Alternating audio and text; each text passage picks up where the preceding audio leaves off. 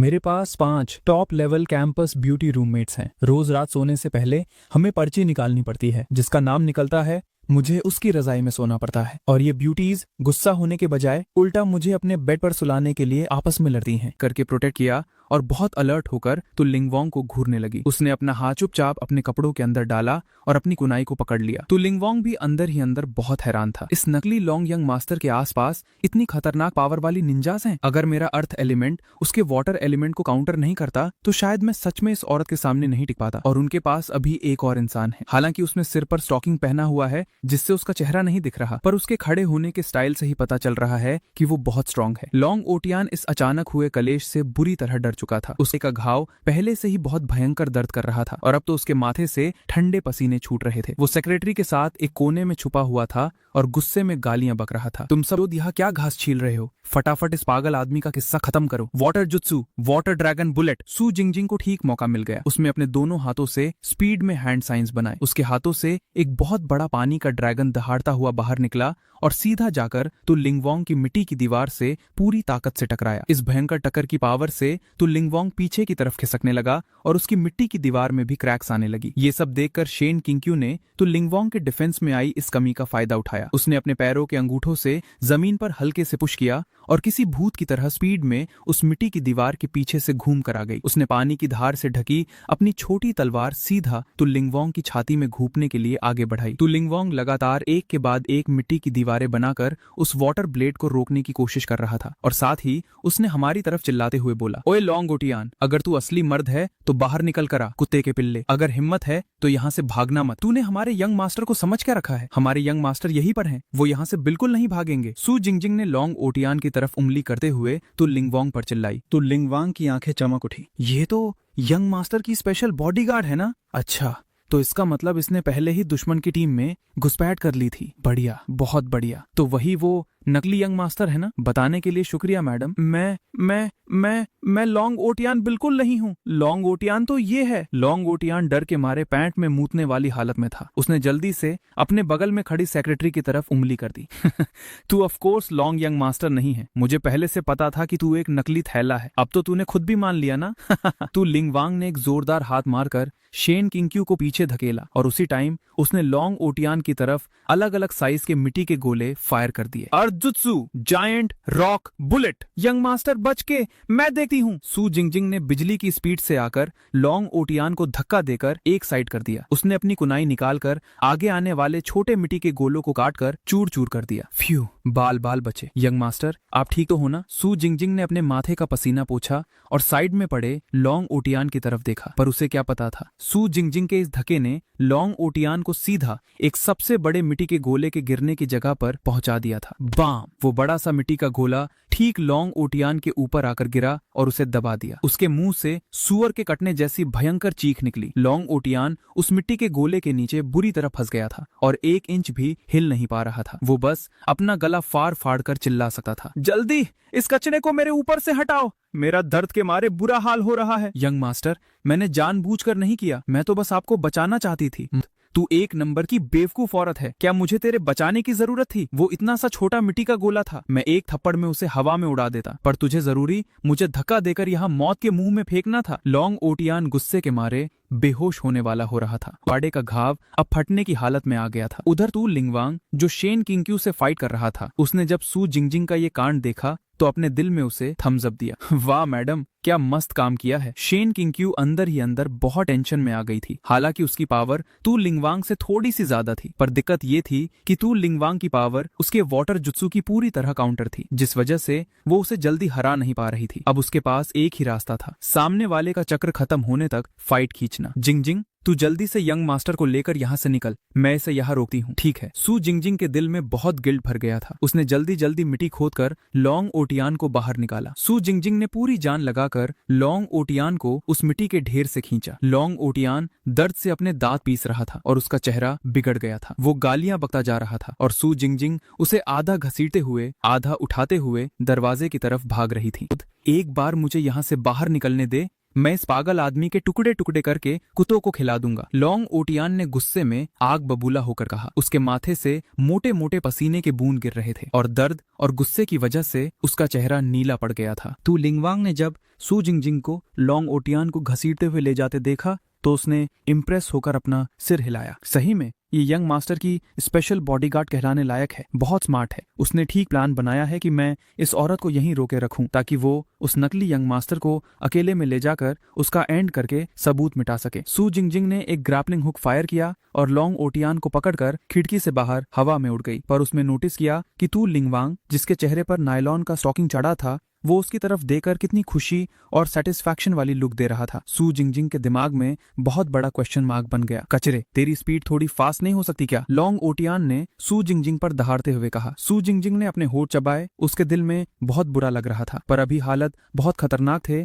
इसलिए उसने बहस करना ठीक नहीं समझा। वो चुपचाप लॉन्ग ओटियान को अपनी पीठ पर उठाकर दूर भागने लगी और बिल्डिंग से भागने की अपनी स्पीड और बढ़ा दी। लॉन्ग ओटियान ने जैसे ही मुंह खोलकर 2-4 गालियां और बकनी चाही, सू जिंगजिंग उसे पीठ पर लादे हुए एक बिल्डिंग के बड़े होर्डिंग के पास से स्विंग करके निकली और लॉन्ग ओटियान का सिर सीधा उस होर्डिंग के लोहे के फ्रेम पर जोर से जाकर टकराया। एक ही सेकंड में लॉन्ग ओटियान का सिर फट गया और खून की धार बह निकली। यंग मास्टर, ये सब मेरी गलती है। सू जिंगजिंग को दिल से रोना आ रहा था। ना तो मैं इनकी ठीक से हेल्प कर पाई और ऊपर से मैंने यंग मास्टर आड़े का घाव और खराब कर दिया। लॉन्ग ओटियान ने एकदम वीक हालत में अपना सिर पकड़ा हुआ था। उसकी आवाज अभी पूरी निकली भी नहीं थी कि अचानक सू जिंगजिंग के हाथ की रस्सी एक जोर की आवाज के साथ बीच से टूट गई और वो दोनों ठीक बिल्डिंग के बगल की हवा से सीधा जमीन की तरफ गिरने लगे। नीचे गिरते वक्त लॉन्ग ओटियान ने उम्मीद छोड़कर अपनी आंखें बंद कर ली। उसके चेहरे पर साफ लिखा था कि मेरा तो लाइफ से भरोसा ही उठ चुका है। ठीक उसी टाइम मैं और तांग नाना रेस्टोरेंट से बाहर निकले और कॉलेज वापस आने वाले रास्ते पर चल रहे थे। चांद की रोशनी पानी की तरह रास्ते पर पड़ रही थी और हम दोनों के ऊपर चमक रही थी, पर हमारे बीच का माहौल थोड़ा अजीब और ऑकवर्ड सा था। मैं अपने दिमाग में चुपचाप सिस्टम से बात कर रहा था। सिस्टम, बताना, अगर मैं उस डांस पार्टी में चैंपियन नहीं बना तो क्या कांड होगा? होस्ट, आप थोड़ा कॉन्फिडेंट क्यों नहीं हो सकते? हमें आप पर पूरा भरोसा है। मैंने अपना मुंह बनाया। मुझे सिस्टम की इस फालतू मोटिवेशन में कोई इंटरेस्ट नहीं था। ये मस्का मारना बंद कर, सीधी बात बता, असल में इसका क्या नतीजा निकलेगा? ठीक है, अगर होस्ट आप इतनी ही जिद कर रहे हो तो मैं बता देती हूँ। अगर आपने मिशन पूरा नहीं किया तो आपको आइटम कार्ड नहीं मिलेगा और इसके आगे आने वाले मिशंस का डिफिकल्टी लेवल भयंकर बढ़ जाएगा। सिस्टम की आवाज एकदम सीरियस हो चुकी थी। मेरा दिल ठीक से बैठ गया। आइटम कार्ड के बिना लॉन्ग ओटियान से टक्कर लेना बहुत मुश्किल हो जाएगा और अगर मिशन की डिफिकल्टी बढ़ गई तो ये आग में घी डालने जैसा कलेश होगा। अगर तांग नाना मेरी डांस पार्टनर बनने के लिए राजी नहीं हुई तो मुझे यूए के साथ ही किस्मत आजमानी पड़ेगी। हाथ पर हाथ रखकर बैठने से तो चांस सच में 0 हो जाएगा। मैं ये सब सोच ही रहा था कि अचानक मुझे तांग नाना के हल्के से खांसने की आवाज सुनाई दी। मैं वापस होश में आया तो मुझे एहसास हुआ कि मैं कब से ख्यालों में सिस्टम से बात करने में डूब गया था और मैंने अपने बगल में चल रही तांग नाना को पूरी तरह इग्नोर ही कर दिया था। तांग नाना का मूड इस वक्त थोड़ा उलझा हुआ था। उसने सोचा था कि फेंग युआन को रिजेक्ट करने के बाद उसे आराम और शांति मिलेगी, पर जब उसने देखा कि फेंग युआन पूरे रास्ते एकदम चुपचाप और मायूस चल रहा है तो उसके दिल में अजीब सी बेचैनी और बुरा लगने लगा। चांद की रोशनी ने उसकी पूरी बॉडी पर एक नरम और चमकती हुई सिल्वर आउटलाइन बना दी थी। इस वक्त उसने हल्के से अपनी भौहें सिकुड़ी हुई थी। उसके चेहरे से साफ लग रहा था कि वो कुछ बोलना चाहती है, पर हिचकिचाहट की वजह से बोल नहीं पा रही। मैं अपने दिमाग में डर गया। फेंग युआन, ओए फेंग युआन, तू एकदम मैनर्सलेस इंसान है। उसने तुझे रिजेक्ट किया, वो उसकी अपनी चॉइस है और तू पूरे रास्ते एक लफ्ज तक नहीं बोला। अब तांग नाना पक्का यही सोच रही होगी कि मैं एटीट्यूड दिखा रहा हूँ और मुंह फुलाकर बैठा हूँ। ये सोचकर मैंने जल्दी से एक बड़ी सी स्माइल दी और तांग नाना से बोला, नाना क्लासमेट, मैं थोड़ा ख्यालों में खो गया था। I am really sorry. सच कहूँ तो अगर तुम मेरी डांस पार्टनर नहीं भी बनोगी ना तो भी मैं तुम्हारा बहुत शुक्रिया अदा करता हूँ कि तुमने पिछले कुछ दिन मुझे डांस सिखाया। अगर तुम मुझे प्रॉपर गाइड नहीं करती तो शायद मैं इस डांस पार्टी की एंट्री के लायक भी नहीं बन पाता। हम दोनों ठीक उसी टाइम एक फ्रूट के ठेले के पास पहुंचे। तांग नाना ने अपनी निगाहें ऊपर की और सीधा मेरे शार्प चेहरे और आंखों में देखा जो पूरी तरह सच्चाई से भरी हुई थी। उसके गाल अपने आप थोड़े हल्के लाल हो गए। फेंग युआन, असल में मैं तांग नाना की बात अभी पूरी खत्म भी नहीं हुई थी कि अचानक उसकी आंखें फटी की फटी रह गईं। वो बुरी तरह डरकर ठीक मेरे ऊपर हवा में देख रही थी। होस्ट, जल्दी अपने दोनों हाथ आगे बढ़ाओ। सिस्टम की आवाज अचानक मेरे कानों में गूंजी। मेरा दिल एकदम से बैठ गया। मैंने बिना सोचे समझे तुरंत अपने दोनों हाथ आगे बढ़ा दिए। मेरे हाथों पर अचानक बहुत भयंकर वजन आ गया। एक खूबसूरत लड़की फ्रूट के ठेले की छत पर बाउंस करती हुई सीधा आकर मेरी गोद में गिर पड़ी। मैंने बिना सोचे समझे अपनी गोद में आई उस लड़की को कस के पकड़ लिया। मैं 2 कदम पीछे लड़खड़ाया। मैंने खुद को बैलेंस किया और नीचे देखा। शू जिंगजिंग। अगले ही सेकंड हवा से एक और काला साया जोर से नीचे गिरा। बैम की जोरदार आवाज आई और वो बगल वाले फ्रूट के ठेले पर जाकर गिरा। फ्रूट का ठेला 1 सेकंड में चूर चूर होकर तबाह हो गया। टैंग नाना डर के मारे चिल्लाई और जल्दी से मेरे पीछे छुपकर मेरा हाथ कस के पकड़ लिया। उस इंसान का चेहरा एकदम सफेद पड़ चुका था। मैंने ठीक से ध्यान लगाकर देखा तो वो कोई और नहीं बल्कि लॉन्ग ऑटियन था। इस वक्त उसकी हालत कुत्तों जैसी हो रखी थी। उसके बाल बिखरे हुए थे, कपड़ों पर धूल और खून के निशान थे। उसके चेहरे पर नीले पीले मार के निशान थे। खासकर उसके पिछवाड़े पर बंधी वो पट्टी इस वक्त पूरी तरह खून से भीग चुकी थी और अलग ही चमक रही थी। बचा लो मुझे, लॉन्ग ऑटियन ने एकदम कमजोर हालत में अपना सिर उठाकर मेरी तरफ देखा। जब उसने देखा कि सामने कोई जान पहचान वाला खड़ा है तो उसकी आंखों में उम्मीद की एक चमक आ गई। शू जिंगजिंग मेरी गोद से निकली और बहुत गिल के साथ लॉन्ग ऑटियन के ऊपर पड़े हुए फ्रूट्स के टुकड़े हटाने लगी। यंग मास्टर, मैंने सच में जानबूझकर नहीं किया। लॉन्ग ऑटियन ने बिना किसी ताकत के शू जिंगजिंग को गुस्से से घूरा। वो कुछ बोलना चाहता था पर दर्द के मारे उसके मुंह से बस दर्दनाक कराहने की आवाज ही निकल रही थी। मैं अपने सामने मिट्टी में सनी हुई शू जिंगजिंग और आधी मौत मर चुके लॉन्ग ऑटियन को देकर पूरी तरह कंफ्यूज और शॉक में था। ये आखिर कलेश क्या चल रहा है? आसमान से फिर से सूश की आवाज आई और एक और साया इस तरफ उड़ता हुआ आ रहा था। एक और आ गया। ज्यादा सोचने का टाइम नहीं था। मैंने बस जल्दी से साइड में होकर रास्ता छोड़ दिया। इस बार आने वाली शेन चिंग क्यू थी। उसके हाथ में एक खून से भरी टूटी हुई तलवार थी और वो एकदम परफेक्टली लॉन्ग ऑटियन के ठीक आगे लैंड हुई। शेन चिंग क्यू ने लॉन्ग ऑटियन की ऐसी भयंकर कचरा हालत देखी तो उसका दिल बैठ गया। वो जल्दी से घुटनों के बल बैठी और शू जिंगजिंग के साथ मिलकर उसे ठीक करने लगी। उसकी आंखों से आंसू निकलने लगे। यंग मास्टर, ये आपकी गुलाम किसी काम की नहीं है। मैंने उस हमलावर को भागने दिया। शू जिंगजिंग पहले से ही बुरी तरह रो रही थी। Young master, I am sorry, मुझे सच में नहीं पता कि ये सब क्यों और कैसे हो गया। और फिर उसने लॉन्ग ऑटियन के कंधे पकड़े और उसे जोर जोर से हिलाने लगी। यंग मास्टर, आप प्लीज मरना मत। लॉन्ग ऑटियन को शू जिंगजिंग के इस तरह हिलाने से दिमाग में चक्कर आने लगे। एक तो घाव का दर्द और ऊपर से उसके पिछवाड़े के फटने का एहसास उसे लगभग बेहोश कर रहा था। उसने अपनी आखिरी बची कुची ताकत लगाकर दहाड़ा, हिलाना बंद कर, मैं अभी मरा नहीं हूं। तब जाकर शू जिंगजिंग रुकी और वो अभी भी सिसक सिसकर रो रही थी। लॉन्ग ऑटियन ने एकदम मरते हुए और भीख मांगने वाली आवाज में कहा, चिंगचू, जल्दी मुझे हॉस्पिटल ले चलो, मेरी हालत खराब हो रही है। अगर ऐसा ही रहा तो मैं सच में यही मर जाऊंगा। शेन चिंगक्यू ने जल्दी से हाँ में सिर हिलाया, बहुत आराम से लॉन्ग ऑटियन को उठाया और शू जिंगजिंग पर चिल्लाई, जिंगजिंग जल्दी आकर मदद कर, हम पहले यंग मास्टर को हॉस्पिटल ले जाते हैं। शू जिंगजिंग ने जल्दी से अपने आंसू पोंछे और शेन चिंगचू के साथ मिलकर लॉन्ग ऑटियन को उठाने के लिए आगे आई। ये देखते ही लॉन्ग ऑटियन का चेहरा ऐसा हो गया जैसे उसने टट्टी खा ली हो। उसने पूरी जान लगाकर चिल्लाया, शू जिंगजिंग तू मुझसे दूर रह,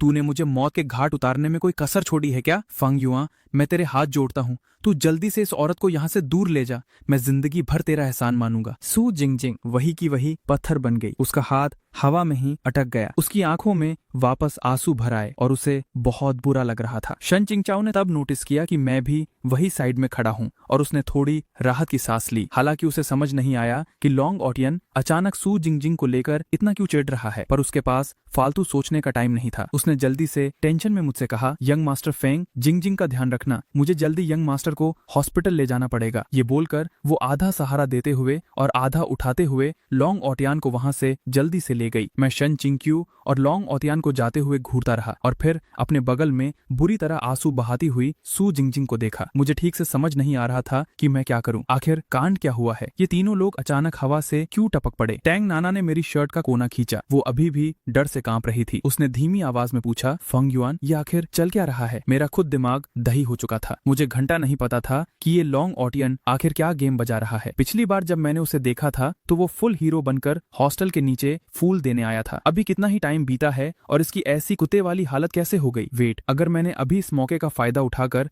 उसे एक चाकू मार दिया होता तो इस रीबर्थ वाले लड़के का कलेश परमानेंटली खत्म नहीं हो जाता। जैसे ही मेरे दिमाग में ये आइडिया आया, मैंने फटाफट अपना सिर ना में हिलाया। शू जिंगजिंग और शन चिंगचू ठीक बगल में थे। अगर मैं अभी लॉन्ग ऑटियन को टपका देता तो अगले ही सेकंड मेरा सिर धड़ से अलग हो चुका होता। माना कि मेरे पास 3 बार मौत से बचने का कार्ड है, पर क्या हो अगर उन दोनों ने गुस्से में 4 बार तलवार मार दी तो? मैंने खुद को ठीक किया और पलटकर शू जिंगजिंग की तरफ देखकर प्यार से पूछा, जिंगजिंग क्लासमेट, आखिर हुआ क्या था? तुम लोग ऊपर हवा से क्यों गिरे? शू जिंगजिंग ने सिसकते हुए अपना सिर उठाया। वो कुछ बोलने ही वाली थी पर फिर से रोने लग गई और आवाज अटक गई। वो बस अपने आंसू और नाक पोंछते हुए अटक अटक कर बोलने लगी। एक अजीब आदमी जिसने स्टॉकिंग पहना था अचानक से रूम में घुस आया। उसके हाथ में कांटे वाला डंडा था और वो यंग मास्टर को मारने लगा तो हम उससे लड़ने लग गए। तो इसका मतलब जो आदमी अभी जमीन पर पहाड़ बना हुआ पड़ा था वो वही लॉन्ग ऑटियन था जिसके बारे में टियानटियन बात कर रही थी। टंग नाना ये सब सुनकर फुल शॉक में थी। उसे लगा था कि शू जिंगजिंग बस लॉन्ग फैमिली में काम वाम जैसा कुछ करती है। उसने सपने में भी नहीं सोचा था कि उसकी लाइफ ऐसी डेंजर और कलेश वाली होगी। सू जिंगजिंग ने जोर से अपना सिर हाँ में हिलाया और वापस रोने लग गई। सब मेरी गलती है, मैं यंग मास्टर को ठीक से बचा नहीं पाई और मेरे वजह से उनकी चोट और भयंकर हो गई। वो धीरे धीरे सिसक रही थी, उसके कंधे रोने की वजह से ऊपर नीचे हिल रहे थे। टैंग नाना को उसे देखकर बहुत बुरा लगा। उसने प्यार से उसे गले लगाया, सू जिंगजिंग की पीठ पर थपथपाया और आराम से समझाने लगी, जिंगजिंग इसमें तुम्हारी कोई गलती नहीं है, तुमने उसे बचाने की पूरी कोशिश की। नाना दीदी वाह। सू जिंगजिंग ने अपना चेहरा टैंग नाना की नरम छाती में छुपाया और जोर से रोने लगी। दूसरी तरफ चांद की रोशनी में तू लिंगवांग बहुत थका हुआ एक पतली सी गली की दीवार से टेक लगाए खड़ा था। उसके पूरे पीठ पर कट्स और वूंड्स थे, खासकर उसके कमर के पास जहां शन चिंगच्यू ने उसे लगभग 10-12 बार चाकू घोंपा था। उसके सीने पर भी 2 ऐसी भयंकर तलवार की कट्स थी जिसके अंदर से हड्डी तक साफ दिख रही थी। उसने कांपते हुए हाथों से एक सिगरेट जलाई, एक लंबा कश लिया और मुंह से धुएं के छल्ले छोड़े। उसके चेहरे पर ऐसी शांति थी जैसे कोई बहुत बड़ा काम ठीक से खत्म किया हो। तू लिंगवांग को जब अभी हुई भयंकर मारकाट याद आई तो उसके होठों पर एक हल्की सी जीत और सेटिस्फैक्शन वाली स्माइल आ गई। हालांकि उस फीमेल निंजा ने उसे बहुत कुत्तों की तरह पीटा था, पर उस नकली लॉन्ग यंग मास्टर की पैंट में टटी निकलवा देना, ये सब कुछ पूरा पैसा वसूल था। उसने अपनी जेब पर हाथ मारा जहां वो बैंक कार्ड रखा था। यंग मास्टर का दिया हुआ पैसा अभी भी वही ठीक ठाक था, जिससे उसे बहुत शांति और तसल्ली मिली। भाई आग लगा दी, मजे ही आ गए। तू लिंगवांग ने एक और जोरदार कश खींचा। सिगरेट की आग अंधेरे में चमक रही थी जो उसके चेहरे पर एक पागलपन वाली हंसी को रोशन कर रही थी। उसने दिमाग में लॉन्ग आओतियान को उस मिट्टी के गोले से दबते हुए और सुअर की तरह चीखते हुए याद किया। उसकी उस कुत्ते वाली हालत को याद करके वो और भी जोर जोर से हंसने लगा। उसकी हंसी उस सुनसान गली में गूंज रही थी। कुत्ते के पिल्ले, यंग मास्टर बनने का नाटक करेगा, यही नतीजा होता है उसका। तू लिंगवांग ने अपने आप से बड़बड़ाते हुए कहा। ये सोचकर कि उसने यंग मास्टर का बदला कितनी ठीक तरह से लिया है, उसका पूरा शरीर शांति से भर गया था। चाहे उसके कट्स कितने भी दर्द क्यों ना कर रहे हों, उसे इस वक्त घंटा फर्क नहीं पड़ रहा था। मैं और तांग नाना जियांगचंग यूनिवर्सिटी के मेन गेट के ठीक आगे खड़े थे, जो अभी पूरी तरह लॉक हो चुका था। हमने एक दूसरे